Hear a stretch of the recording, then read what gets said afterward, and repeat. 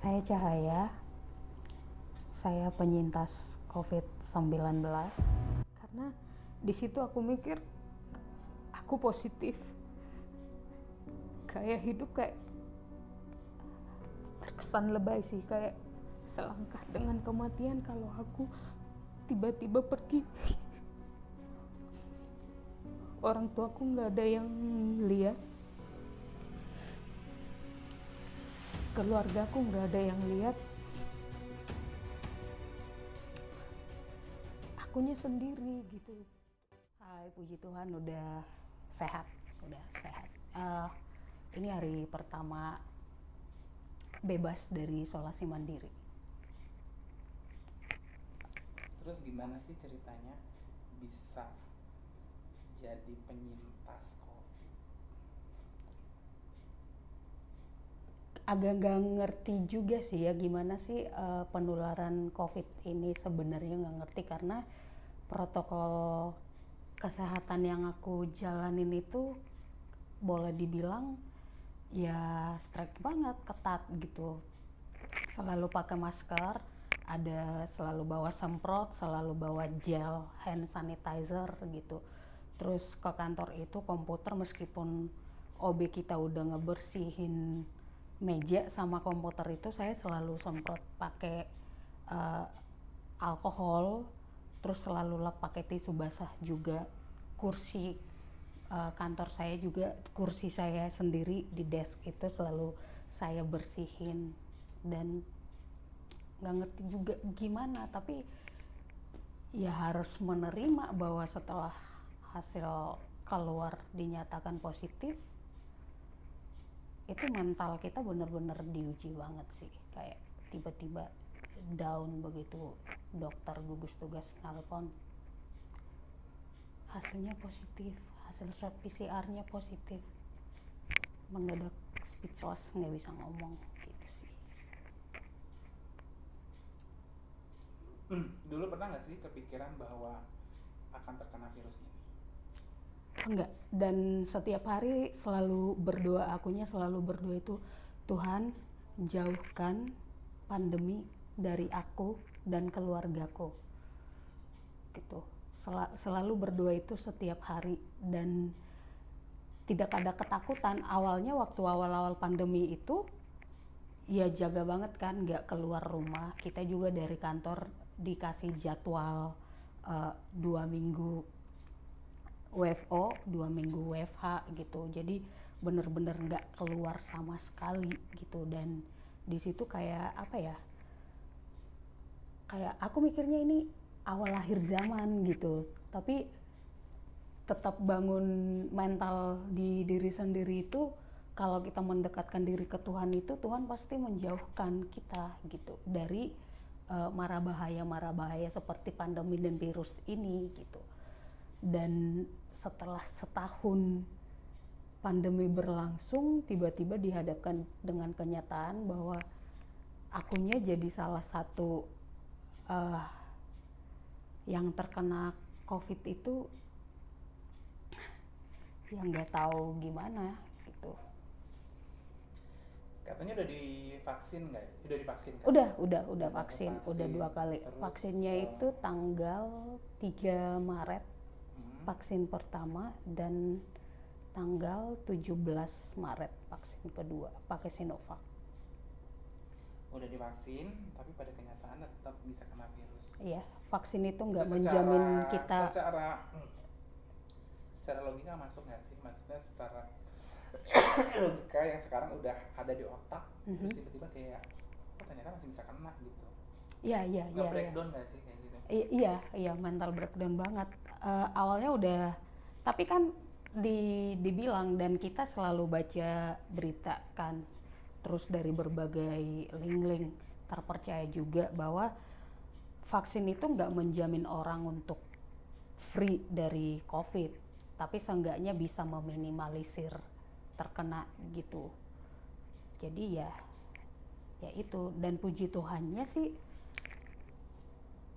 aku nggak separah yang lain yang terkena. Dilihat dari gejalaku itu, kalau menurut cerita dokter yang memeriksa aku itu, harusnya kalau dilihat dari gejalaku itu udah parah, tapi nyatanya flek di paru-paru aku itu virus itu masih mild gitu loh, masih ringan.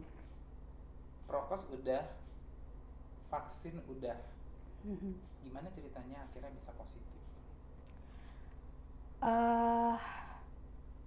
Itu tanggal berapa lupa, yang jelas itu setelah buka puasa ke salah satu hotel itu weekend.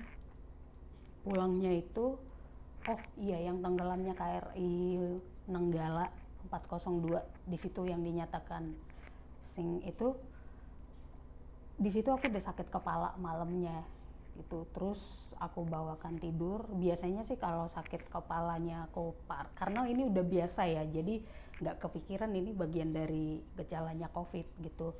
Itu kalau nggak parah banget aku nggak akan minum obat, aku bawakan tidur aja gitu. Terus besoknya itu nggak sembuh sakit kepalanya itu. Misalkan aku gosok gigi pagi nih, aku lihat ke bawah itu sakit di sini itu agak berat gitu. Kan waktu itu minggu pun aku kerja karena menggantikan teman yang ada jadwal dirumahkan di kantor. Jadi aku pegang halaman itu 3 halaman di kantor. Setelah mandi aku menggigilnya itu kayak yang nggak bisa ditolerir gitu loh, kayak udah nggak sanggup. Jadi cepet-cepet aku pakai baju, terus aku langsung pakai kaos kaki, aku tiduran, terus WhatsApp atasanku mohon izin aku nggak bisa kerja. Aku kasih tahu kondisi saat itulah gitu. Aku tiduran, terus hidupin dispenser, minum air putih hangat gitu, terus tidur. Dini hari nggak tahu kenapa, kebangun karena suara sahur dari masjid. Kan aku tinggal di deket masjid ya, jadi suara sahur di situ. Kebangun demam, aku cek, itu kan selalu ada termometer di itu, aku cek suhu 38,4, itu demam. Ke kamar mandi, aku kayak mau duduk, aku harus ngumpulin konsentrasi dulu karena agak goyang gitu, aku harus pegangan ke dinding. Tapi aku selalu berdoa, Tuhan kuatkan, Tuhan aku nggak kenapa-kenapa, Tuhan tolong gitu. Udah balik tidur. Setelah itu hidung kayak, besoknya hidung kayak mampet gitu, dan dadaku itu berat gitu, berat lah. Dibilang sesak sih enggak, tapi kayak ada yang ngeganjel, tau nggak? Kayak aku harus maksa batuk itu supaya ngeluarin dahak terus lega gitu. Terus nah dahakku itu nggak, kalau dahak kan biasanya kayak hijau normal gitu, dahakku itu putih coklat, gimana sih, nggak, pokoknya nggak normal, terus kecil gitu. Terus berpikir nggak waktu itu gue kena COVID nih gitu? Yap, ini apa, masih bertanya jangan-jangan ini COVID nih gitu. Tapi aku masih mencoba untuk ini menolak kenyataan. Okay. Gitu. Ini enggak COVID, nggak mungkin aku kena COVID gitu.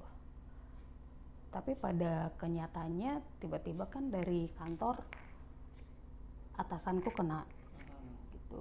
Jadi kantor kasih kebijakan orang yang kontak langsung di divisi redaksi harus swab kan, antigen gitu.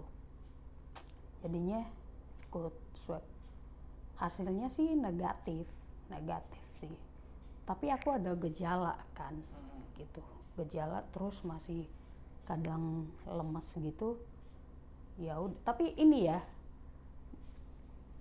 aku mencoba melawan semua. Jadi ketika ada badanku sakit atau apa, aku berusaha untuk, Cai kamu harus sehat, dari dalam diri aku itu aku mempush diriku itu bahwa aku harus sehat gitu. Jadi undangan-undangan ke ini ada beberapa yang akhirnya aku cancel sih setelah menjalani PCR.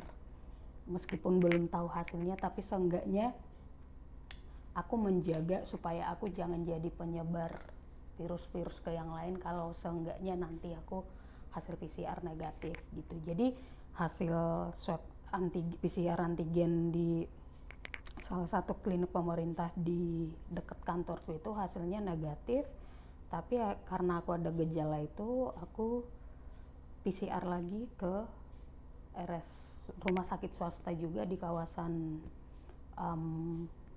di RSBK gitu. Terus besoknya aku PCR lagi di Rumah Sakit Harapan Bunda. Hasilnya 3-4 hari keluar, dan itu aku diarahin sama gugus tugasnya Kota Batam dari Puskesmas Lubuk Baja, Dokter Eli namanya. Dokter Eli lah yang selalu ngupdate setiap hari kondisiku, gimana kondisinya. Jadi akunya itu selalu sampaikan aku nggak ada demam lagi, tapi pileknya masih ada, batuknya udah mulai ringan, tapi dada masih berat gitu, apalagi kalau malam gitu.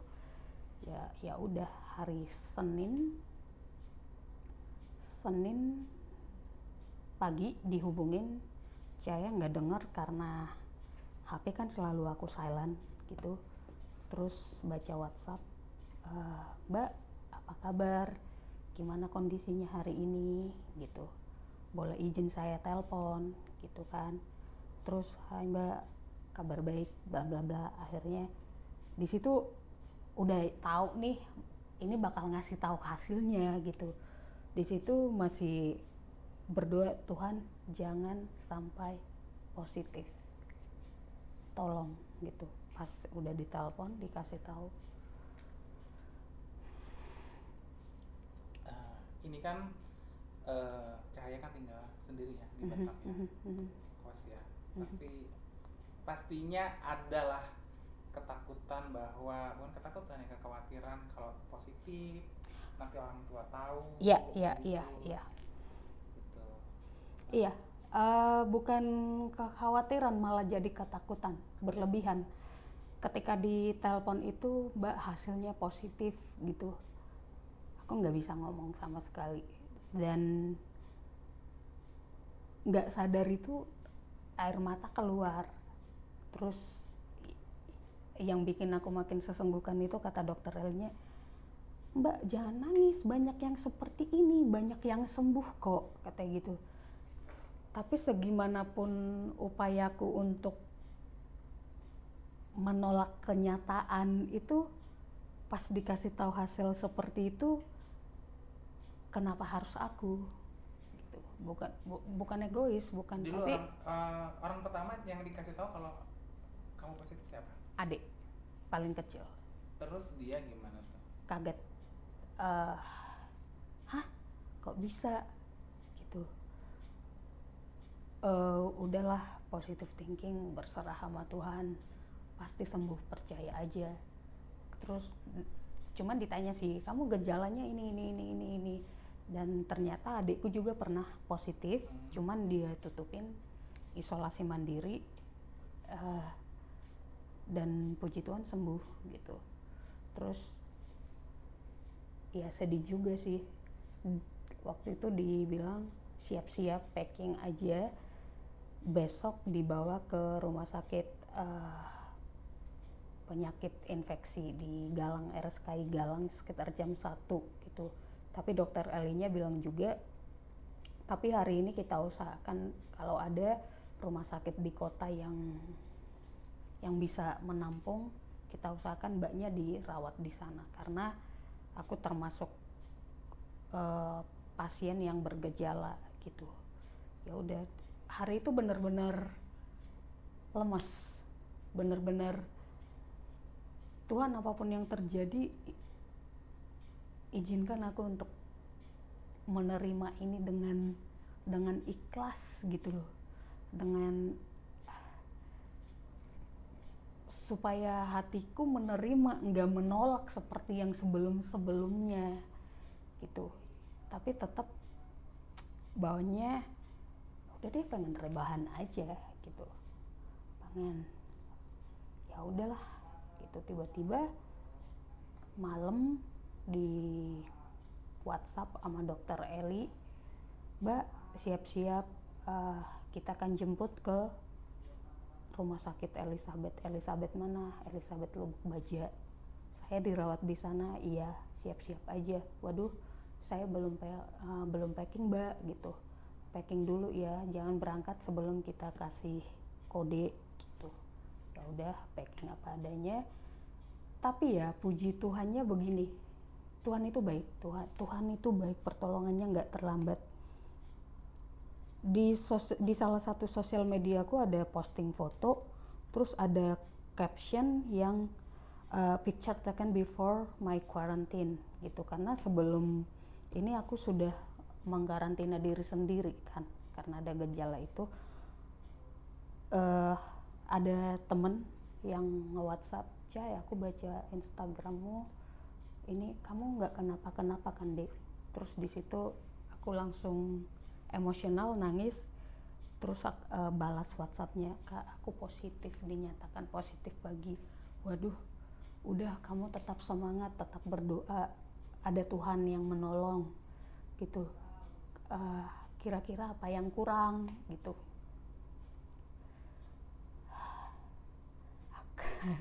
Aku ingat waktu itu ini jadwalnya aku period gitu, bakal butuh sesuatu di rumah, nggak ada, lagi habis, rencananya mau belanja bulanan gitu kan. Terus kamu minum air lemon, pokoknya diarahin apa-apa aja yang dibutuhkan gitu. Akhirnya Kak minta tolong, ini kita jarang komunikasi sama kakak ini, Karenita namanya, jarang komunikasi, kita hanya teman satu gereja. Kalau ketemu lumayan deket, akrab gitu, tapi nggak tahu caranya gimana hari itu Karenita nge-WhatsApp gitu dong. Terus Kak minta tolong beli ini. Oke, kamu tetap semangat ya, jangan sampai down karena virus itu akan cepat berkembang kalau kamunya down gitu. Oke, nanti aku beliin apa yang kamu butuhkan gitu. Terus sebelum ke rumah sakit diantar dong, nggak bisa lagi ketemu kan karena aku udah positif, nggak boleh, harus jaga jarak. Akhirnya diantar sampai ke depan ini,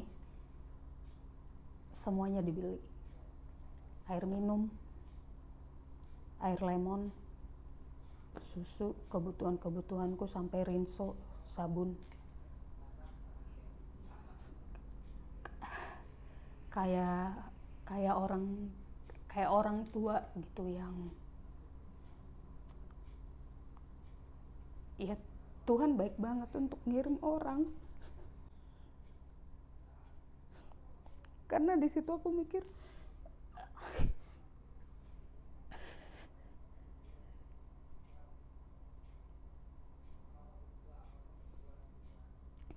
aduh,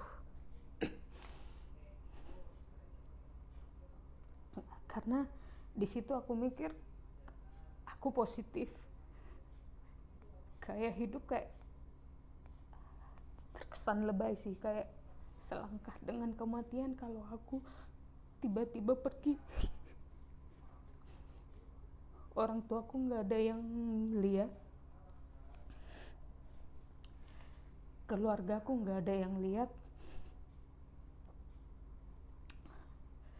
akunya sendiri gitu. Terus Tuhan ngirim mereka untuk kasih aku perhatian, dan itu salah satu caraku untuk bersyukur, untuk semangat supaya sembuh sih. Sebenarnya kalau dilihat dari tingkat keparahan, akunya nggak parah. Cuman kalau setelah sampai di rumah sakit, penanganan dokter karena melihat runtutan gejalaku itu, harusnya aku udah pakai oksigen segala macam, tapi puji Tuhannya itu enggak. Di sana masuk UGD, rekam jantung, hasil jantung normal, terus saturasi darah 95 itu masih termasuk normal, tapi kata ininya kalau bisa jangan turun lagi, diusahakan naik. Jadi semangat gitu, semuanya normal.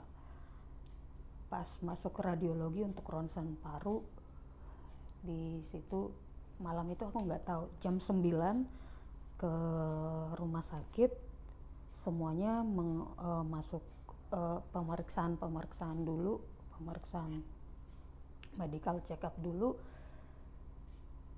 Di situ hasil ronsennya pengen banget aku tahu sih ininya, cuman karena udah malam, dokter juga nggak ini, jadinya taunya itu besok. Karena jam 9 masuk UGD, jam 3 dini hari baru naik, dimasukin ke ruang isolasi. Dan waktu di UGD itu ditanya, ada keluarga? Itu nggak ada. Nggak ada perwalian. Kira-kira buat apa ya sus? Oh, harus ada tanda tangan gitu. Jadi aku ingat, aku nggak punya keluarga di Batam tapi sahabat banyak gitu. Aku kontak Alfi, ada sahabat yang udah aku anggap adik sendiri juga. Vi, kamu pulang dong ke kosan, ambil barang ke rumah sakit, sekalian minta tolong ambil jemuran gitu.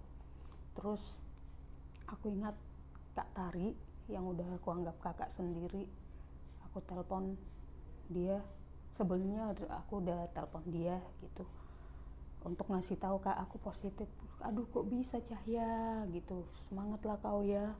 Aku gimana, karena sebelumnya kami ketemu nggak kena itu Kak, kalau nggak ada gejala kakak nggak akan kena, tapi kalau bisa kakak swab biar aku nanti yang transfer, biayanya berapa. Udah jangan kamu pikirkan itu, semangat gitu kata dia. Terus aku telepon, Kak ke rumah sakit dong, rumah sakit butuh wali gitu. Buat apa? Mungkin tanda tangan atau apa gitu. Waktu itu udah malam, Kak Tari udah pulang ke rumah, tapi rumahnya jauh dari rumah sakit, tapi dia bersedia untuk datang di rumah sakit. Dia langsung ke ruang ini, berbicara dengan dokter, terus nanya malam itu, Kak yang dibahas apa? Aduh aku takut, nantilah, yang penting kamu sembuh dulu gitu. Rupanya di saat itu rumah sakit butuh persetujuan. Kalau pasien meninggal, tidak ada tuntutan dari keluarga, dan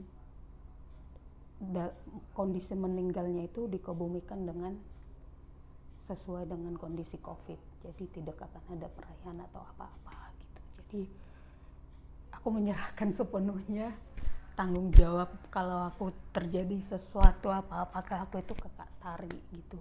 Dan agak emosional sih begitu.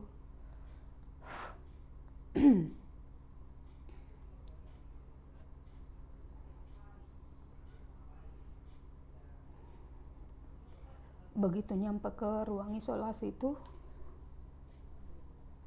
aku masih mencoba tegar. Aku bilang sama perawatnya, saya jalan kaki aja, nggak bisa karena udah dipasang infus, udah ini nggak bisa gitu.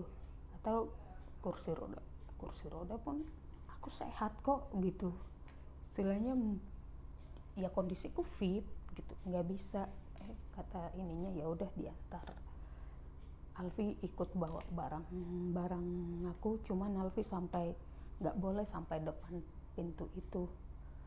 Dia cuman sampai lantai 3, barang-barang selebihnya diserahkan ke perawat yang membawa ke ruang isolasi. Di ruang isolasi di kamar 364, ruang Fransiskus. Begitu sampai di sana itu udah ada tiga pasien. Pasien yang ketiga itu kami sama-sama di UGD. Dia di sebelah aku, udah lumayan parah, saturasinya rendah 57, terus tensinya tinggi 150 atau 170 gitu. Itu ruangan kami itu deket banget, deket, cuman bersekat gorden gitu. Di situ kayaknya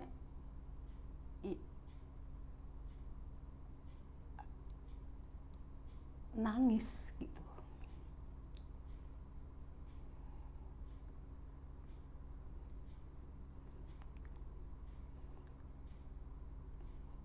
Gak bisa keluar.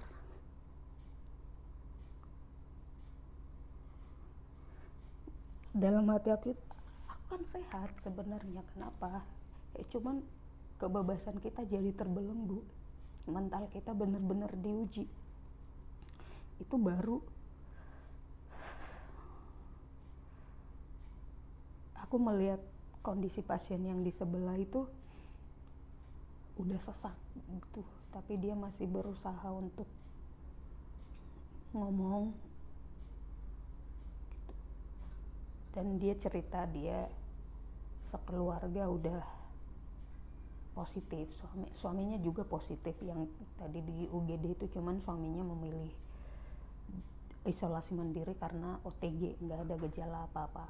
Terus dia sebenarnya udah lama batuk, cuman takut mau memeriksakan diri gitu. Dan setelah parah dia datang ke UGD itu jalan kaki gitu, jalan kaki bawa bantal. Aku sesak nih gitu, ya kuat gitu. Cuman melihat kondisinya itu, perawat membuat kebijakan ini sudah parah karena dilihat tensinya tinggi, saturasinya rendah, itu udah nggak memungkinkan 57, karena normalnya saturasi itu 90 ke atas gitu. Kalau 95 sebenarnya kalau kata susternya udah aba-aba sih, jangan turun dari situ lagi, kalau bisa naik gitu. Dan dia ngeluh-ngeluh terus. Aku nggak bisa tidur selain karena mentalku juga jatuh sebenarnya, tapi mencoba untuk kuat untuk ini. Dia terus ngeluh yang di sebelahku. Akhirnya nggak bisa, aku bisa tidur itu setelah imsak. Terus dibangunin jam 6 untuk bagi obat, terus suntik. Setiap hari itu aku harus suntik 3 jenis yang disuntikkan ke infus gede-gede gitu. Di situ bangun, terus masih sempat denger pasien ini, Ibu Maisi, cantik banget orangnya. Aku dilepas kateter dong, aku pengen ke toilet. Jalan aja aku masih sanggup. Nggak bisa Bu, kata susternya. Ibu oksigen darahnya rendah gitu. Sempat ditambah darah karena darahnya udah butuh asupan lah. Selain darah ada plasma darah yang ditambah gitu. Terus minta minum dong gitu. Rupanya kalau tensi tinggi itu terus sesak itu, kita nggak boleh banyak cairan dalam tubuh, itu bikin sesak. Jadi dikasih yang penting basah gitu. Terus dia minta teh manis, cek dulu gula darah ya Bu, nanti kalau ini baru dicek gula darah tinggi gitu. Akhirnya dipasang ventilator. Jadi kan itu ribut ya, karena ini kita nggak bisa tidur lagi. Paginya ibu itu dipindah. Sebelumnya kita masih ngobrol. Dia bilang, aduh mana mau lebaran lagi, malah di rumah sakit. Jadinya nggak bisa makan opor ya Bu. Kita masih bercanda gitu saling ini. Katanya nggak bisa pulang ke Karimun lagi gitu kan. Ya udah. Setelah itu dia pengen ngobrol, tapi aku potong karena napasnya udah ngap-ngapan dan dokter bilang jangan dilepas itu oksigennya. Terus dia selalu ngelepas oksigennya, katanya nggak enak, tapi begitu dilepas dia sesak pakai lagi gitu. Dan akhirnya supaya nggak ribut ruangan itu dia dipindah. jam berapa ya, jam 10, setengah 11 dia dipindah, besoknya setengah 6 pagi dia meninggal. Itu tahu dari perawat yang ngejaga kita, dan kita semua terbengung gitu, kayak shock. Padahal mukanya nggak pucat, cuman di sininya aja hitam gitu. Sampai sekarang masih kebayang matanya, tatapan matanya itu tajam, matanya cakep banget gitu. Dan di situ aku berpikir, sadar pun kita hari ini, kita nggak tahu akhir kehidupan kita bisa jadi di detik keberapa atau hari keberapa. Apalagi virus itu jahat banget ternyata. Ada orang yang awalnya datang tanpa gejala, tiba-tiba udah pergi gitu aja. Masih ngobrol, masih ini, tiba-tiba besok udah nggak bergerak gitu. Jadi benar-benar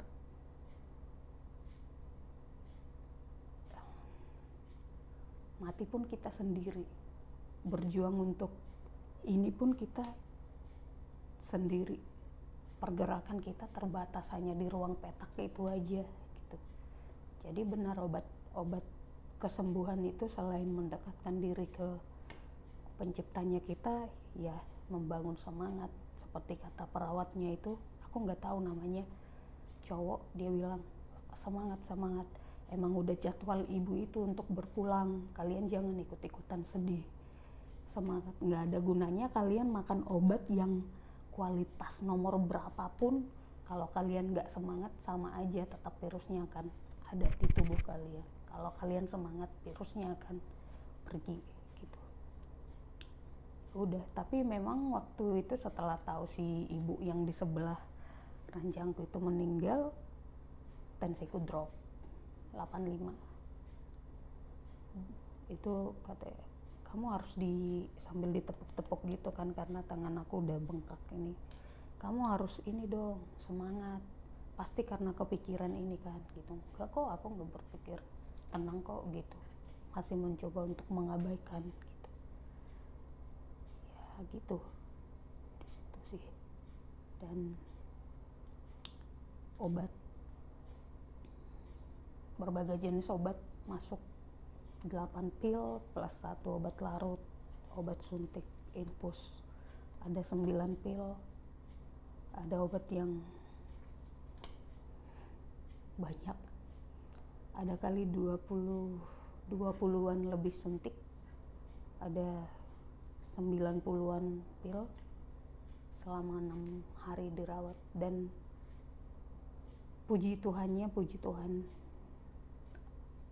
hari di ruangan dirawat di rumah sakit, dan pengalamannya nggak akan terlupakan karena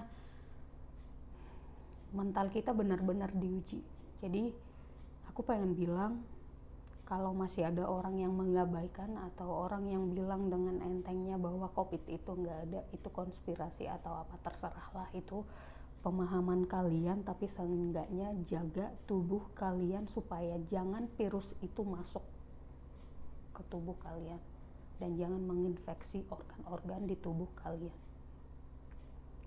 Kalau kalian mau virus itu, kalian percaya virus itu nggak nyata, jadikan nggak nyata di tubuh kalian. Jalankan protokol kesehatan, jangan abai. Social distancing itu penting, tapi yang paling penting selalu pakai masker. Dan berdoalah ke Tuhanmu supaya kamu dijauhkan, karena begitu kamu dinyatakan positif itu nggak enak, nggak bisa bergaya, oh hello aku positif COVID, nggak. Yang bisa kamu tunggu itu kapan kamu dipanggil, yang terpampang di hadapan itu ketika kamu kena itu, kebebasanmu terenggut. Kamu hanya hidup di ruang terbatas, gak tahu kapan. Penentunya itu seberapa bersih paru-parumu, seberapa hasil PCR-mu, swab-mu. Kalau negatif, it's okay, kamu bisa keluar. Tapi kalau kamu negatif, paru-parumu masih ada flek, itu kamu nggak akan dikeluarkan. Semuanya sampai bersih dulu baru dikeluarkan. Tapi di situ sih spiritualku lebih ditempah ya kak.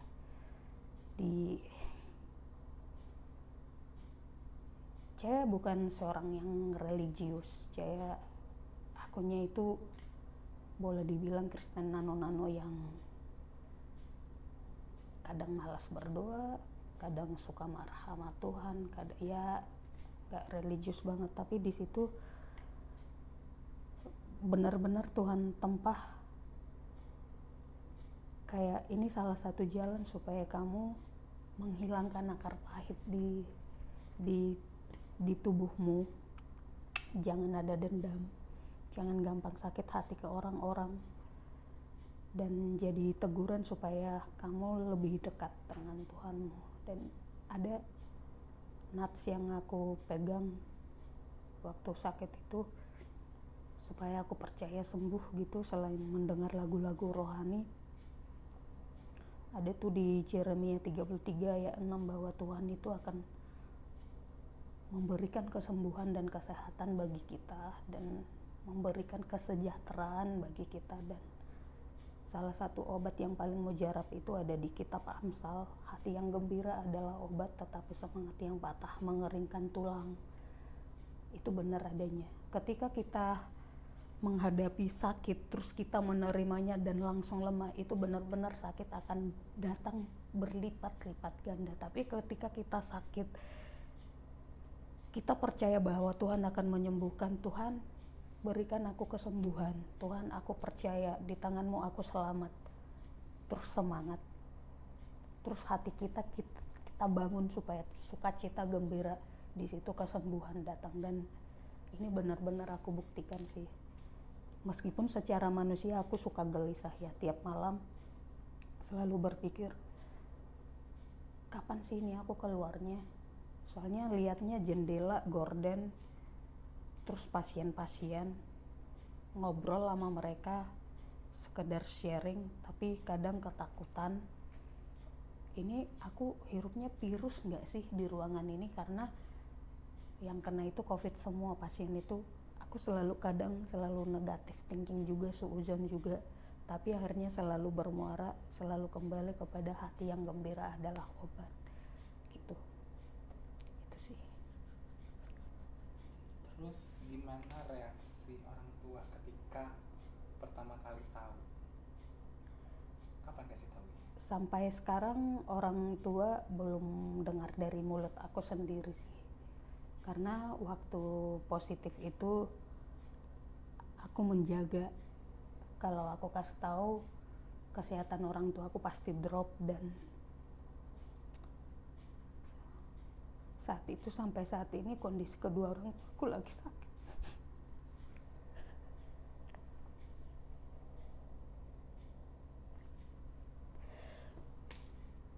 Jadi yang tahu itu adikku. Setelah hari keberapa, adikku yang di bawahku. Awal hubunganku dengan mamaku nggak bagus saat ini. Jadi kakak aku yang di atasku ngomong, mama sakit, teleponlah, mungkin dia kepikiran gitu. Aku belum siap, karena aku juga sekarang lagi dirawat di rumah sakit. Kamu kenapa? Gitu. Aku kena. Waktu itu kakakku sakit. Dia bilang, itulah kan, kamu setiap nyimpan sakit hati, kamu yang jadi korbannya. 2014 juga kamu pernah ngalamin yang aku dioperasi di Bandung, ada benjolan di sini.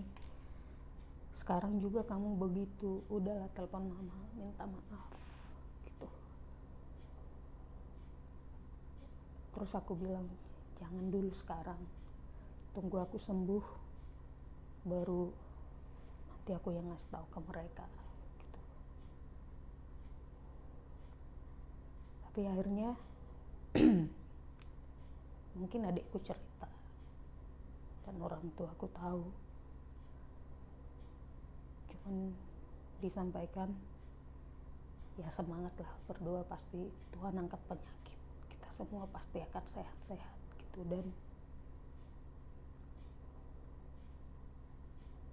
jadi makin banyak pokok-pokok doa yang harus ku iniin sekarang. Selain kesembuhanku supaya total 100% terbebas dari virus, mamaku juga divonis tipus, bapak asmanya kambuh.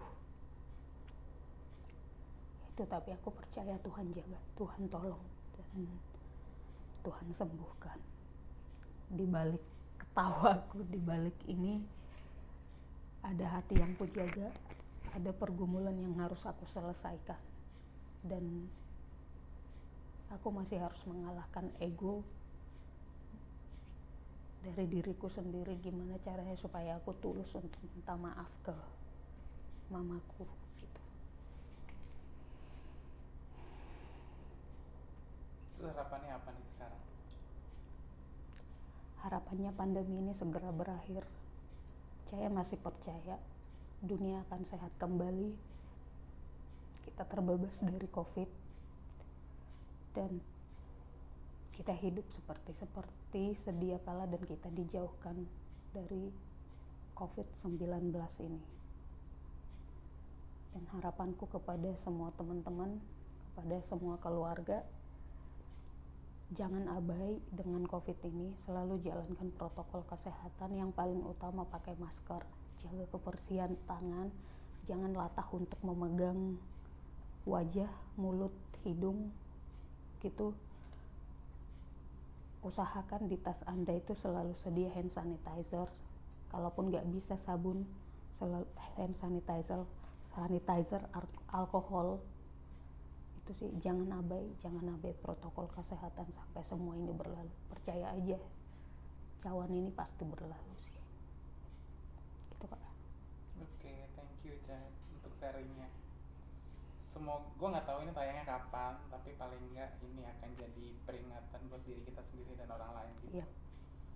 Bahwa ya mungkin gue yang dulu mungkin antara percaya dan nggak percaya gitu, bahwa pandemi ini bener ada, tapi kayaknya makin kesini kok circle-nya makin ngecil ya, mendekat dengan kita gitu. Gitu. Thank you untuk sharingnya. Semoga ini bermanfaat buat kita semua. Sama-sama Kak. Kita tetap berdoa ya untuk yang terbaik untuk dunia, untuk semua orang. Iya. Sekali lagi terima kasih. Thank you Kak. Thank you.